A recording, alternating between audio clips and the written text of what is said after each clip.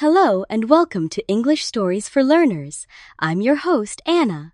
Today, we'll read a moving story about Désirée, a mother facing a difficult moment.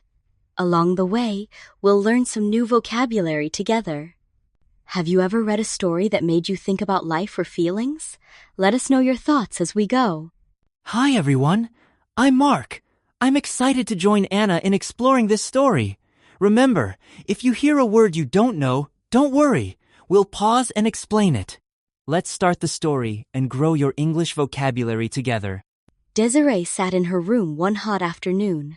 The baby lay asleep upon her own great mahogany bed. Mark, let's pause. Mahogany is one of our new words. Do you know what that means?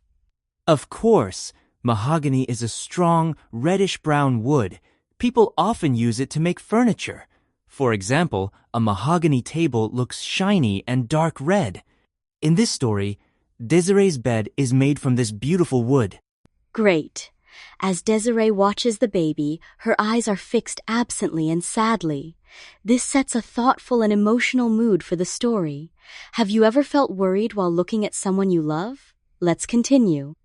Suddenly, Désirée cries out. She stays motionless, with her eyes riveted upon her child and her face full of fear.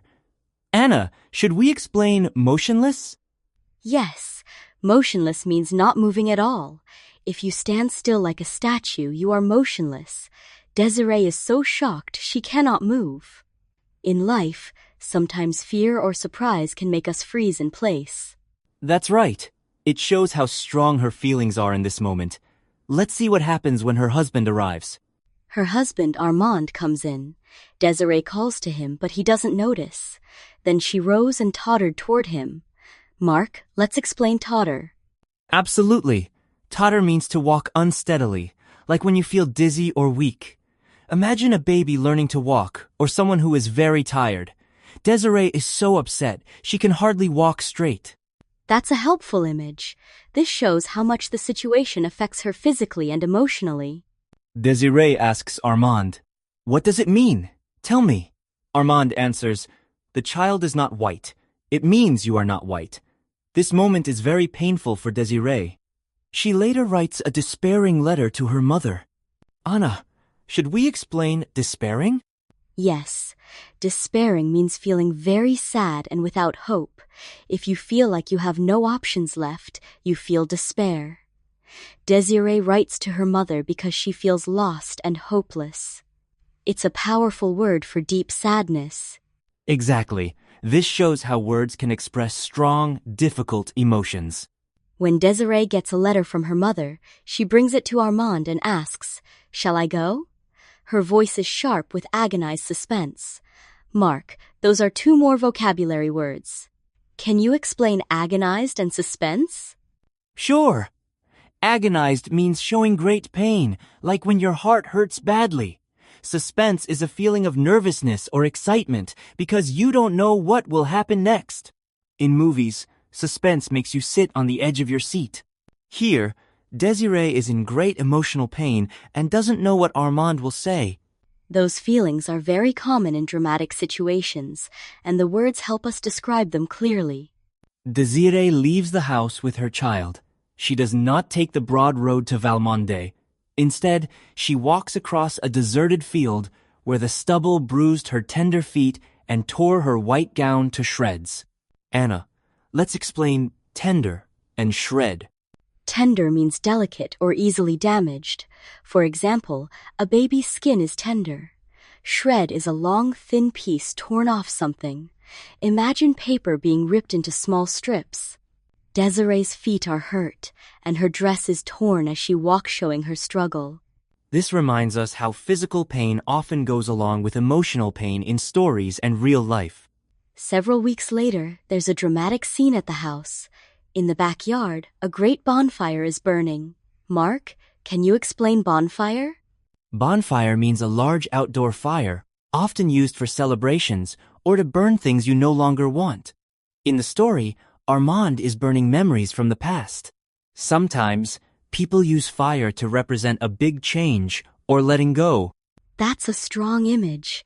Fire can both destroy and clean away the old, making space for something new. The last thing Armand burns is a tiny bundle of letters from Désirée. But there's a remnant of one letter left. Anna, let's explain remnant. Remnant means a part of something that remains after the rest is gone.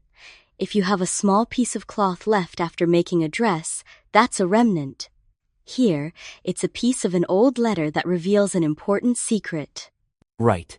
Sometimes remnants help us discover truths from the past that we didn't know before.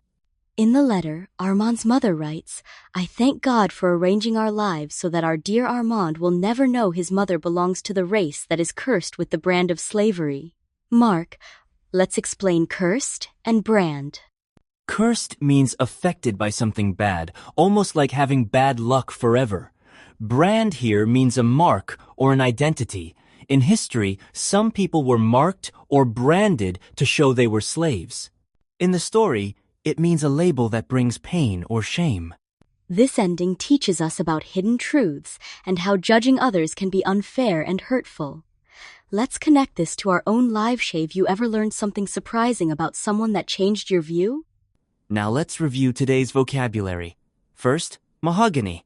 My grandfather's desk is made of mahogany wood. Motionless. The cat sat motionless, watching the bird outside the window. Totter. After the long run, I could only totter to my chair.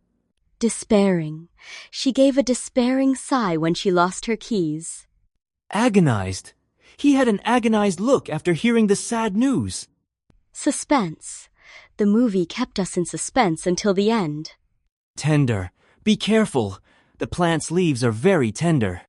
Shred. I tore the paper into shreds for recycling. Bonfire. We roasted marshmallows over the bonfire last night. Remnant. Only a remnant of cake was left after the party. Cursed. The old house was said to be cursed by bad luck. Brand. The cowboy placed a brand on the cattle to show ownership. Now it's your turn. Have you ever felt judged or misunderstood, like Désirée in the story? How did you handle it? Share your experience or thoughts with us. We'd love to hear from you. Reflecting on stories can help us learn not only language but also empathy. Feel free to write your answer or discuss it with a friend. Thank you for joining us today, dear listeners. Remember, every new word you learn is a step forward. Don't be afraid to make mistakes. That's how you grow. Keep reading, listening, and speaking. We believe in you, and we're proud of your progress. Try using today's words in your own sentences. And remember, learning English is a journey, not a race. See you next time. Here's a final tip. Read stories out loud to practice pronunciation and confidence. Until next time, keep learning and stay curious. Goodbye.